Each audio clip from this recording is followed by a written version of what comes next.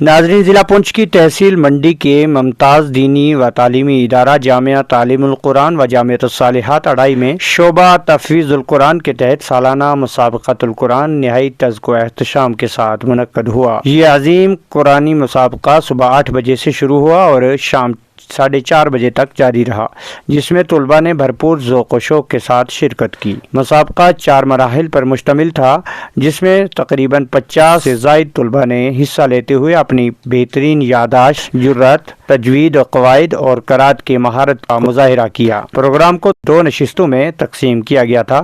پہلی نشست کی صدارت الحاج محمد اشرف نے کی، جبکہ دوسری نشست کی صدارت معروف عالم دین حضرت مولانا زاہد الحسن قاسمی نے انجام دی۔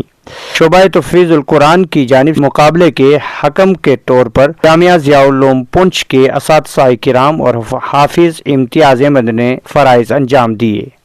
تمام ججز نے طلباء کی محنت، لگن اور قرآنی ادائیگی کو سراہتے ہوئے مثالی مقابلہ قرار دیا۔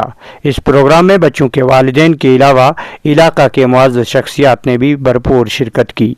مہمانوں نے طلباء کی قرآنی صلاحیتوں کو دیکھ کر جامعہ کی انتظامیہ کی کوششوں کو سراہا اور ادارہ کے ناظم اعلیٰ مرحوم الحاج مولانا شمس الدین رحمۃ اللہ علیہ کی درجات کی بلندی کے لیے دعائیں کی۔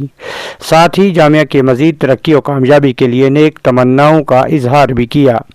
پروگرام کے اختتام پر جامعہ کے ناظم اعلیٰ مولانا طاہر ضیائی نے معزز مہمانوں، والدین اور شرکاء کا خصوصی شکریہ ادا کیا اور چاروں فروعات میں اول دوم سوم آنے والے طلباء کو مہمانوں کے ہاتھوں انعامات اور سند شراکت سے نوازا گیا۔